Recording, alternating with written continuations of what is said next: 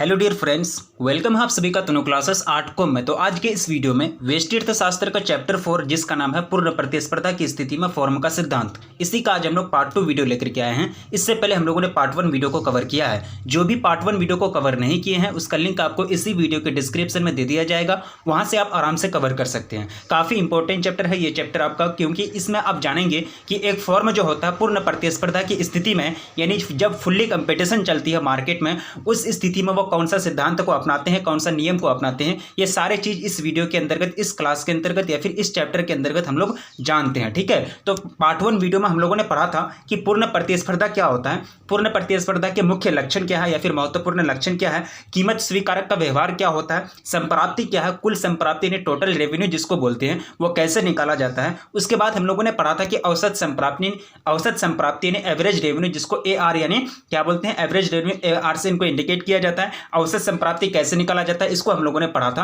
औसत संप्राप्ति निकालने का सिंपल फॉर्मूला है P/Q/Q बराबर P निकलता है। मतलब एक तरह से क्या हो जाता है, औसत संप्राप्ति P के बराबर हो जाता है, मतलब एक इकाई वस्तु का बाजार मूल्य के बराबर निकल जाता है। ठीक है, औसत संप्राप्ति के बारे में हम लोगों ने पढ़ा था। कीमत रेखा क्या होता है, सीमांत संप्राप्ति कैसे निकाला जाता है, सीमांत संप्राप्ति यानी मार्जिनल रेवेन्यू कैसे निकाला जाता है, इसको हम लोगों ने अच्छी तरह से पढ़ा था। हालांकि इसके बेस्ड हम लोगों ने एक क्वेश्चन भी सॉल्व किया था मार्जिनल रेवेन्यू निकालने का, यानी सीमांत संप्राप्ति निकालने का। ठीक है, जैसे कि सीमांत संप्राप्ति यानी मार्जिनल रेवेन्यू निकालने का फॉर्मूला होता है डेल TR/डेल Q। ठीक है, डेल का मतलब होता है चेंजिंग यानी परिवर्तन, TR2 - TR1 बटे क्या हो जाएगा Q2 - Q1। TR जहां इंडिकेट करता है टोटल रेवेन्यू और Q जहां इंडिकेट करता है नंबर ऑफ प्रोडक्ट्स यानी वस्तुओं की संख्या, यानी कितनी इकाई की वस्तु है, 10 इकाई वस्तु है, 30 इकाई वस्तु है, इस चीज को इंडिकेट करता है। ठीक है, डेल का मतलब आप क्या समझेंगे, परिवर्तन यानी चेंजिंग। ठीक है, तो आपका टॉपिक यहां से स्टार्ट होता है। ये आपका न्यूमेरिकल बेस्ड पार्ट 1 वीडियो में सॉल्व किया गया था। अगर आप पार्ट 1 वीडियो नहीं देखें तो मैं फिर बोलता हूं प्लीज देख लेंगे, क्योंकि उसी वीडियो में आपको डिटेल्स में बताया गया है कि मार्जिनल रेवेन्यू कैसे निकाला जाता है। और बोर्ड एग्जाम में आपको पूछे जाते हैं मार्जिनल रेवेन्यू निकालने का फॉर्मूला भी पूछा जाता है और इससे बेस्ड क्वेश्चन भी पूछा जाता है। तो आपका सेकंड वीडियो का टॉपिक आपका यहां से स्टार्ट होता है फॉर्म का लाभ, यानी जो फॉर्म का लाभ होता है उसको कैसे निकाला जाता है, यानी कुल संप्राप्ति टोटल रेवेन्यू जो होता है उसमें कुल लागत यानी TC को घटा देंगे तो जो शेष बचता है वही क्या कहलाता है, फॉर्म का लाभ कहलाता है। सिंपल सी बात है, टोटल रेवेन्यू निकालने का फॉर्मूला हम लोगों को पता है। टोटल रेवेन्यू किसी का भी हम लोग निकाल सकते हैं P/Q करके, है ना, यानी एक P जहां इंडिकेट करता है एक इकाई वस्तु का कीमत और Q जहां इंडिकेट करता है वस्तु की इकाई यानी कितना इकाई वस्तु है। P/Q करके हम लोग TR निकाल सकते हैं, TC यानी टोटल लागत भी हम लोग निकाल सकते हैं P/Q क्या करके C करके। ठीक है, यानी C/Q करके। C का मतलब हो जाएगा आपका कॉस्ट यानी लागत एक इकाई का, और Q का मतलब हो जाएगा नंबर ऑफ प्रोडक्ट्स यानी एक वस्तु को बनाने में कितना लागत लगा। सीधी बात है, जब भी कोई वस्तु तैयार की जाती है, मान चलिए अगर कोई फर्म या फिर फैक्ट्री 10 वस्तु का उत्पादन किया यानी 10 को सामान बनाया, वह 10 को सामान बनाने में जितना रुपया खर्च हुआ, ठीक है, वो खर्च को उसमें घटा देंगे। किसमें घटा देंगे, ये सामान बेच करके अगर मान चलिए 10 वस्तु है, एक वस्तु को बाजार में बेचता है कितना, 20 रुपया करके। ठीक है, एक वस्तु का दाम कितना है बाजार में, 20 रुपया, तो वहां कितना रुपया मिलेगा, फर्म को 200 रुपया मिलेगा। और ये एक वस्तु को बनाने में जो लगा था रुपया वो 5 रुपया करके लगा था। ठीक है, 5 रुपया करके उसको लागत लगा था, खर्च लगा था, तो यहां उसका लागत कितना निकल जाएगा, 10 गुना 5 करेंगे 50 निकल जाएगा। अब आपको फर्म का क्या निकालना है, लाभ निकालना, तो आप निकाल सकते हैं ना। उसको बाजार में बेचा कितना, 200 रुपया में, और उसका लागत कितना लगा है, मजदूरी भी इसी में जोड़ा जाएगा लागत में। ठीक है,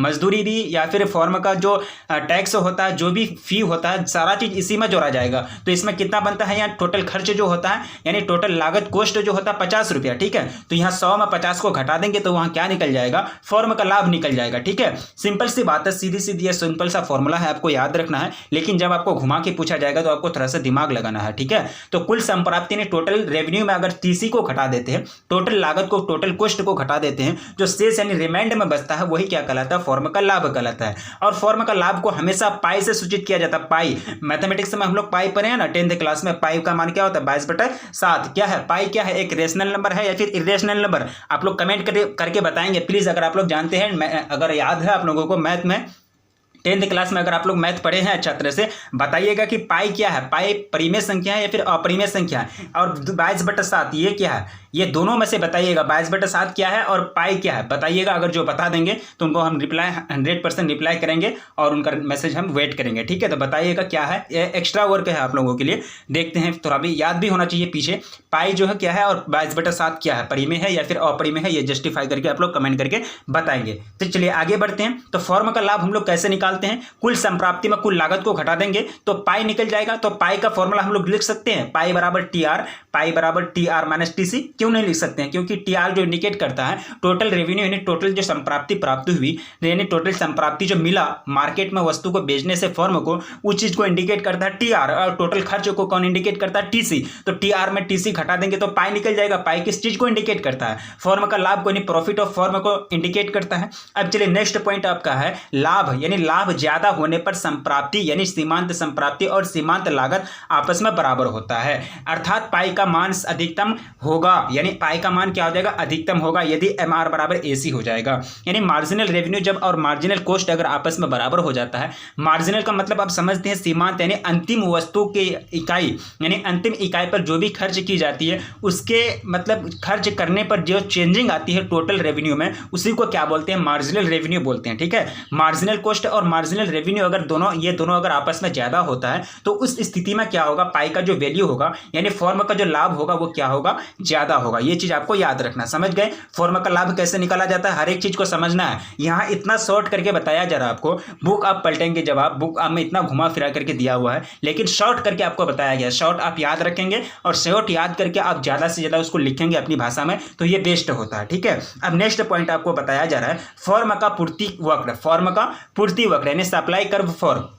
तो यह जो होता है ये वक्र फर्म के उत्पादित वस्तु के स्तर को दर्शाता है जो बाजार कीमत पर उत्पादन का चयन करती है। यानी फर्म का पूर्ति वक्र जो है सप्लाई कर्व फॉर्मेट, सिंपल सी बात है, यानी वस्तु का कितना उत्पादन करता है। इस चीज से, ये वक्र से हम लोगों को ये पता चलता है कि कोई भी फर्म कितना वस्तु का उत्पादन करता है। यानी उत्पादित वस्तु का स्तर, यानी 10 गो वस्तु उत्पादन करती है या फिर 2000 वस्तु का उत्पादन करती है या फिर 3000 वस्तु का उत्पादन करती है। एक प्रकार का ये ग्राफ समझ लीजिए आप, ठीक है। ये ग्राफ से एक प्रकार का डेटा समझ लीजिए, यानी फॉर्म का पूर्ति वक्र से हम लोगों को पता चलता है कि एक फॉर्म कितना सामान को बेचता है या फिर कितना सामान को अपना मार्केट में लॉन्च करता है या फिर कितना सामान को उत्पादित करके वो मार्केट में बाजार में बेचता है। तो इस चीज का हम लोगों को जो पता चलता है वो फॉर्म का पूर्ति वक्र यानी सप्लाई कर्व फॉर्म से हम लोगों को पता चलता है। सिंपल सी बात है, वैसा कर्व वैसा पूर्ति वैसा वक्र जिससे हम लोगों को पता चलता है कि फॉर्म में उत्पादित वस्तु का स्तर कितना है, फॉर्म का उत्पादित वस्तु का स्तर यानी लेवल कितना है, कितना वस्तु का उत्पादन करता है नहीं करता है, ये सारे चीज का जो हम लोगों को पता चलता है वो फॉर्म का पूर्ति वक्र से पता चलता है, ठीक है। नेक्स्ट पॉइंट है अधिसामान्य लाभ यानी सुपर नॉर्मल प्रॉफिट। तो जब फॉर्म सामान्य लाभ से ज्यादा लाभ कमाता है तो उसे अधिसामान्य लाभ कहते हैं। अधि का मतलब क्या होता है, अधिक, अधिमान्य मतलब अधिक मान्य, यानी अधि मतलब क्या होता है, अधिक का मतलब समझते हैं ना, अधिक मतलब ज्यादा, अधिक का मतलब ज्यादा, या क को हटा दीजिए, अब क्या हो गया, अधिक हो गया, मतलब अधिक ही रहेगा यानी ज्यादा। यानी अधि सामान्य लाभ का मतलब होता है सुपर नॉर्मल प्रॉफिट से मतलब ये होता है कि सामान्य लाभ से ज्यादा लाभ कमाना। यानी अगर फर्म को किसी स्थिति में कोई वस्तु अगर बेचती है वो 10 रुपया में, उनको सामान्य लाभ होता है कितना, 2 रुपया, ठीक है। लेकिन 2 रुपया से उनको ज्यादा लाभ हो गया, 3 रुपया हो गया। तो अब यहाँ क्या हो जाएगा, ये अधि सामान्य लाभ हो जाएगा। यहाँ कोई वस्तु 10 रुपया में अगर बेचती है फर्म में एक वस्तु को, तो उनको 2 रुपया का फायदा होता, प्रॉफिट होता। लेकिन ये 2 रुपया प्रॉफिट ना होकर के ज्यादा प्रॉफिट हो गया, 3 रुपया हो गया, ठीक है। और ये सामान्य है, 2 रुपया होना सामान्य है, लेकिन 3 रुपया हो गया तो क्या हो गया, सामान्य से ज्यादा हो गया ना। सामान्य आपका 2 रुपया फायदा होता था, अब यहाँ 2 से कितना हो गया, 3 रुपया हो गया। तो यहाँ क्या है, सामान्य से ज्यादा है, तो यहाँ क्या हो जाएगा, सामान्य लाभ क्या हो जाएगा, यहाँ सामान्य जब बढ़े तो यहाँ जब फर्म का सामान्य लाभ ज्यादा होता है, बढ़ जाता है, तो उसी को क्या बोलते हैं, अवधि सामान्य लाभ यानी सुपर नॉर्मल प्रॉफिट बोलते हैं, ठीक है। अब नेक्स्ट पॉइंट की ओर बढ़ेंगे हम लोग, लाभ अलाभ बिंदु यानी break even point. Break even point क्या होता है, देखिए सिंपल से आपको परिभाषा सुनाया जाता है कि फर्म के पूर्ति वक्र पर स्थित वैसा बिंदु, पूर्ति वक्र अभी आपको बताया गया, पूर्ति वक्र बताया गया ना, यानी फर्म का पूर्ति वक्र तो आपको समझाया गया अभी जस्ट। फर्म फॉर्म का पूर्ति वक्र से हम लोगों को क्या पता चलता है कि कोई भी वस्तु का उत्पादन कितना करता है, कोई भी फॉर्म में कितना वस्तु का उत्पादन करता है, नहीं करता, कितना वस्तु का उत्पादन करता है, 1000, 2000, 10 या फिर 15, 20, वो सारे चीज का हम लोगों को पता चलता है सप्लाई कर्व फॉर्म से।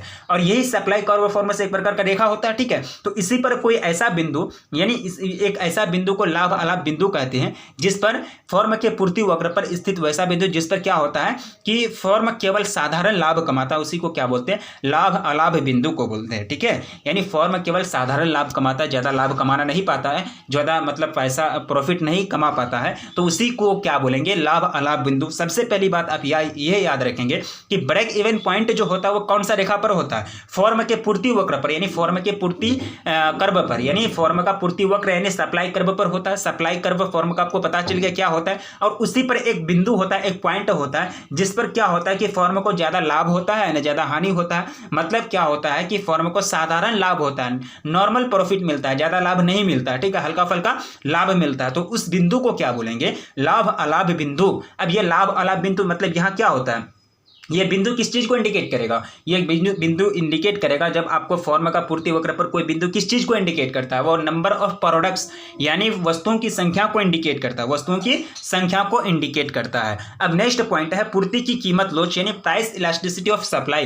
प्राइस इलास्टिसिटी ऑफ सप्लाई क्या है कि वस्तु की कीमत में बदलाव के कारण पूर्ति मात्रा में बदलाव को क्या बोलते हैं, पूर्ति की कीमत लोच बोलते हैं, ठीक है। इसे ES से सूचित किया जाता है, elasticity of supply, elasticity of demand. Elasticity of demand के बारे में हम लोगों ने अच्छी तरह से पढ़ा है, जो पढ़े होंगे, जो नोट बनाए होंगे उनको याद होगा। और जो नोट बना करके इलास्टिसिटी ऑफ डिमांड के बारे में याद रखे हैं तो 100% गारंटी देता हूं कि ये इलास्टिसिटी ऑफ जो आपका सप्लाई है उनको समझने में 1% भी कमी नहीं होगी, 1% भी उनको दिक्कत नहीं बुझाएगा, क्योंकि इलास्टिसिटी ऑफ डिमांड ही एक प्रकार का वही फॉर्मूला आपका यहाँ अप्लाइड होता है। वहाँ डिमांड था, यहाँ आपका लोच आ जाता है, यानी यहाँ कीमत आ जाता है, यानी प्राइस इलास्टिसिटी ऑफ सप्लाई यानी पूर्ति की कीमत लोच। तो सिंपल सी बात आपको फॉर्मूला के द्वारा समझाया जाएगा। पूर्ति की कीमत लोच, आप इसको डेफिनेशन फॉर्म मत रटिएगा। डेफिनेशन को रटने के लिए मैं मना करता हूं, हर बार मैं हर चीज में बोलता हूं कि डेफिनेशन को आपको नहीं रटना है, किसी भी चीज का डेफिनेशन आप नहीं रटेंगे, हर एक चीज का फॉर्मूला याद रखेंगे, फॉर्मूला से आप खुद अपना बना सकते हैं कि उसका डेफिनेशन क्या होगा, ठीक है। तो चलिए इसको इंडिकेट किससे करता है,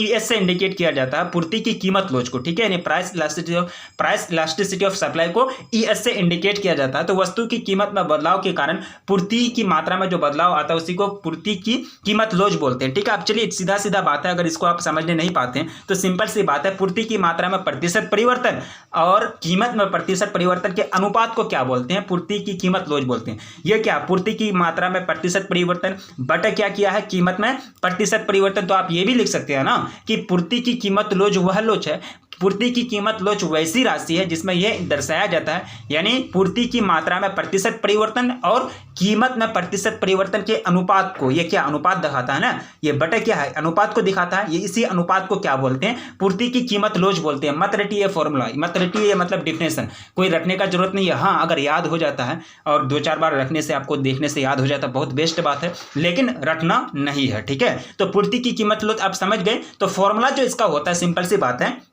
कि फॉर्मूला आपका क्या बनाया गया कि पूर्ति की मात्रा में प्रतिशत परिवर्तन और कीमत में प्रतिशत परिवर्तन। तो प्रतिशत परिवर्तन जो है, परिवर्तन को हमेशा डेल से इंडिकेट किया जाता है। मैं हर बार बोलता हूं डेल यानी चेंजिंग, चेंजिंग किसी भी राशि में अगर चेंजिंग आती है, किसी भी चेंजिंग राशि में चेंजिंग यानी बदलाव परिवर्तन आता है तो उसको इंडिकेट किया जाता है डेल से, यानी उसका अगर अंतर को निकालना है, अंतर को दर्शाना है तो वो डेल से दर्शाया जाता है, ठीक है। अगर मान चलिए आपके पास पैसा था, पहले P1 का मात्रा था, पहले 10 दिन पहले 10 रुपया था, आपका P2 हो गया, मतलब वो 10 रुपया भर के आपके पास 15 रुपया हो गया, ठीक है। तो इसी का अंतर कितना हो जाएगा, P2 माइनस P1, तो 15 5 हो जाएगा। तो ये 5 को 5 हो जाएगा, यानी P2 माइनस P1 बराबर कितना निकलेगा, 5 निकलेगा। 15 माइनस 10 करेंगे तो बराबर कितना निकलेगा, 5 निकलेगा। तो ये 5 को डेल से इंडिकेट करते हैं, डेल P बोलेंगे, ये क्या बोलेंगे, डेल P, ठीक है। तो पूर्ति की कीमत में, पूर्ति की मात्रा में प्रतिशत परिवर्तन, कीमत में प्रतिशत परिवर्तन। अब देखिए यहाँ आपको परिवर्तन तो आप देख लिए, परिवर्तन को हमको दर्शाना है तो आपको यहाँ देखिए प्रतिशत प्रतिशत निकालना है। जब भी प्रतिशत की बात की जाती है तो वहाँ 100 से गुना होता है। जब भी प्रतिशत की बात की जाती है तो वहाँ 100 से गुना होता है। पूर्ति की कीमत में पूर्ति की मात्रा में प्रतिशत परिवर्तन, अब ये निकाल लिए पूर्ति की मात्रा में प्रतिशत परिवर्तन। क्यू किसको इंडिकेट करता है? वस्तु का नंबर, यानी वस्तु की इकाई को, यानी कितना इकाई वस्तु है, कितना नंबर ऑफ प्रोडक्ट्स है, कितना संख्या में वस्तु है, क्यू इसी को इंडिकेट करता है। तो यहाँ प्रतिशत में निकाल लिए पूर्ति की मात्रा में प्रतिशत परिवर्तन। या क्या किया, बटे कर दिया, भागा कर दिया। तो ये बटे हम कर दिए, या नीचे देख रहे हैं ये बटे है, ठीक है, ये भागा है। तो उसके बाद क्या किया, कीमत में प्रतिशत परिवर्तन। और कीमत में प्रतिशत परिवर्तन को किससे इंडिकेट करते हैं? पी से।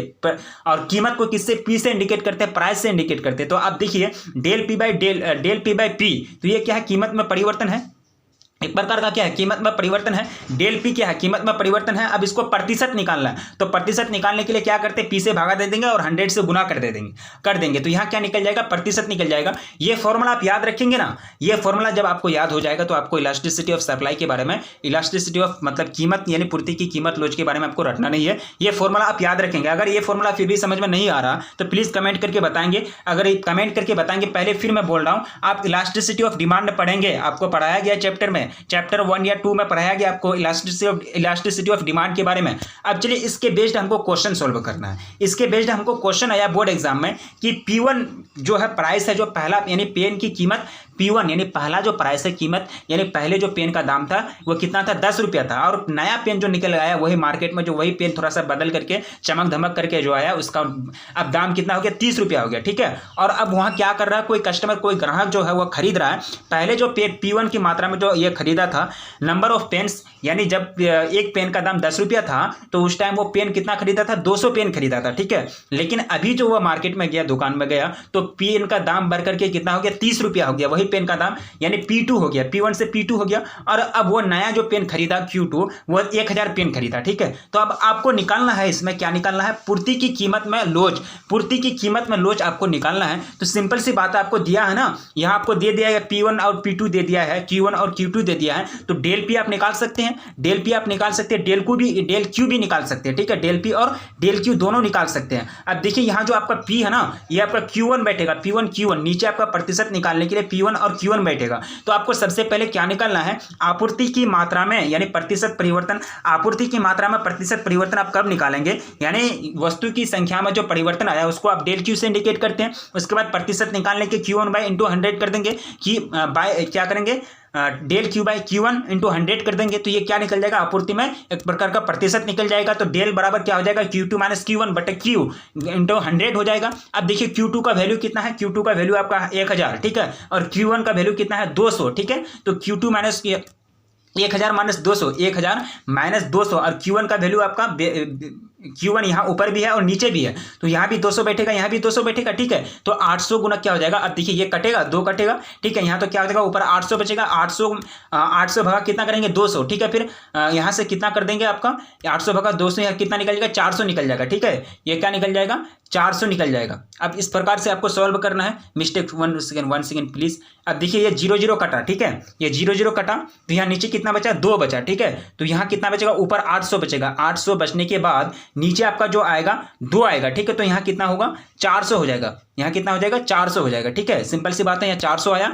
अब नेक्स्ट पॉइंट है, देखिए इसी तरह डेल Q का मान हम लोग निकाल लिए, यानी del Q by Q1 into 100 का मान हम लोग निकाल लिए। अब P का मान हम लोगों को निकालना है। तो डेल P का मतलब कितना हो जाएगा, P2 माइनस P1, ठीक है। नीचे आपको P1 करना है, P1 और P2 का मान आपको दिया गया है, यहाँ P1 और P2 का मान दिया है ना जी। अब देखिए यहाँ आपको दिया गया है ना, अब निकाल सकते हैं। यहाँ तो सारा चीज इंडिकेट किया गया है, यहाँ सारा चीज तो आपको क्वेश्चन में झलक रहा है, पूरा दिख रहा है। तो यहाँ क्या कर सकते हैं आप, P2 minus P1 by P1 करेंगे, इंटू 100 करेंगे। तो यहाँ P2 का मान कितना था आपका, यानी जो नया प्राइस आया था जो भर के 30 था, और पुराना प्राइस कितना था, 10 था, ठीक है। तो 30 घटा 10 करेंगे, फिर क्या करेंगे, बटा 10 करेंगे, क्योंकि P1 यानी प्राइस पहला वाला प्राइस नीचे रखना है, उसके बाद 100 कर देना है। 100 से क्यों गुना करना है, क्योंकि आपको प्रतिशत निकालना है, ठीक है। ऊपर कितना बच जाएगा, ऊपर आपका 20 बच जाएगा, नीचे 10 बच जाएगा, इंटू 100। तो 10 काट देंगे तो कितना हो जाएगा, आपका हो जाएगा 200, ठीक है। तो 200 निकल गया, 200 यहाँ क्या निकल गया ना, अब ये क्या निकला 200 निकला। अब देखिए इसका del p by p one into 100 का मान 200